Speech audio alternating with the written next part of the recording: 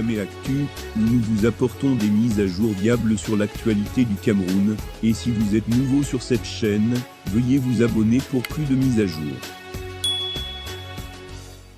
La Suisse a envoyé un message au CAMEROUN. Les deux nations s'affrontent en Coupe du MONDE. Ce sera au Qatar dans les prochains mois. Coupe du Monde 2022.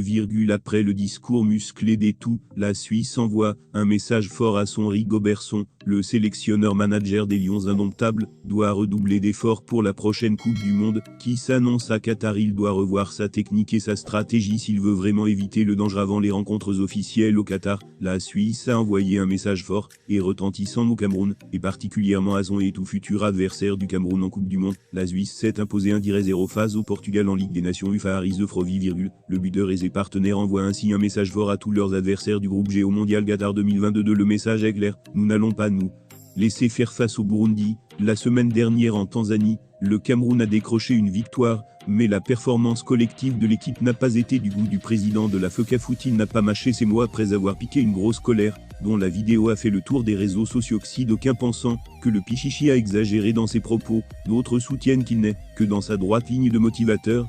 Le Cameroun, ça va au Qatar pour joueurs, un mondial et il faut mettre les bouchées.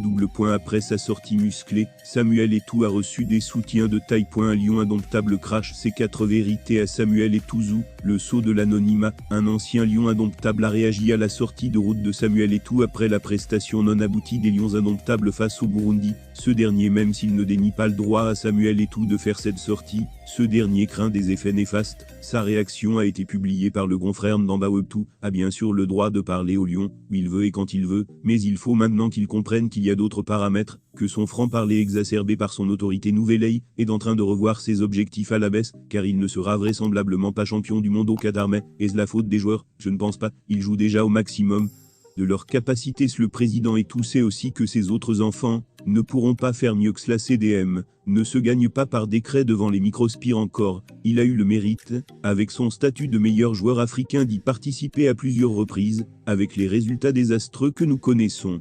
Il est donc trop bien placé pour savoir que la victoire, là-bas, ne se décrétait pas. C'est choquant pour moi de le voir se dédouaner aussi facilement et de rejeter implicitement la responsabilité de ses fiascos multiples sur les autres dirigeants et coéquipiers de son époque. Il a été le roi des lions dans tous les sens, bon comme mauvais, un titre qu'il semble être aujourd'hui le premier à vouloir bannir de la tanière, car il sait bien ce qu'il a fait subir aux autres. Nous oublions très vite, ou alors nous ne sommes pas au courant, que c'est un spécialiste en stabilisation de vestiaire. Il a c'est exactement ce qu'il est en train de faire, ôter toute personnalité au cadre tel que Abou, Zambo, Nga2 qui lui ont plusieurs fois montré qu'ils ne sont pas prêts à baiser la tête devant lui. Voir son Mboma devenir des toutous me désole au plus, au point de mettre en doute le patriotisme des uns et des autres, et d'une insulte continuer à se voir le plus beau le plus fort, c'est de la sottise.